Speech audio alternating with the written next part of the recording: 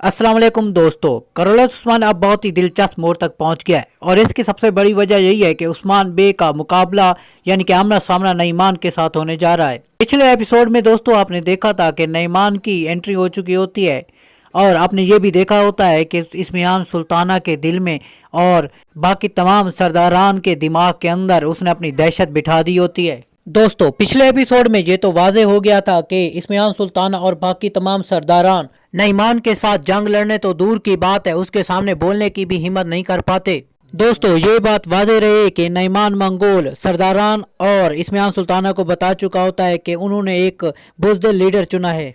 दोस्तों इस वीडियो में हम बात करेंगे कि उस्मान बे अब अगले एपिसोड में क्या हिकमत अमली अपनाएंगे। इससे पहले अगर आप हमारे चैनल पर नए हैं तो हमारे चैनल को सब्सक्राइब जरूर कर दें।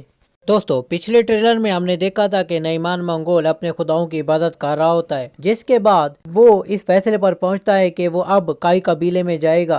काई कबीले पहुंचने पर नईमान मंगोल कमांडर का आमना सामना उस्मान बे के साथ होता है। करोल उस्मान के सीजन नंबर 4 में मंगोल नईमान कमांडर और उस्मान बे का आमना सामना पहली बार होता है और दोनों ही एक दूसरे के साथ सख्त अल्फाज में बात करते हैं। दोस्तों अगले एपिसोड में आप ये देखेंगे कि येनी शहर दोबारा उस्मान बे के अंडर आ जाता है और दूसरा आप ये भी देखेंगे कि तमाम सरदारान अब सिर्फ उस्मान बे के पीछे काम करेंगे ताकि वो नईमान मंगोल कमांडर का अच्छे से मुकाबला कर सके, क्योंकि उनके पास अब कोई ना कोई चारा जरूर होना चाहिए, लेकिन उस्मान बे के अलावा उनके पास कोई चारा नहीं होता कि वो उससे बच सकें। दोस्तों अगले एपिसोड में आप ये भी देखेंगे कि बाला खातून फरीक पर बहुत ही ज्यादा तशद्दुद करेंगी ताकि वो उससे उस जहर का असर मालूम कर सके या उसका तोड़ मालूम कर सके, जिससे औरान बे ठीक हो सके।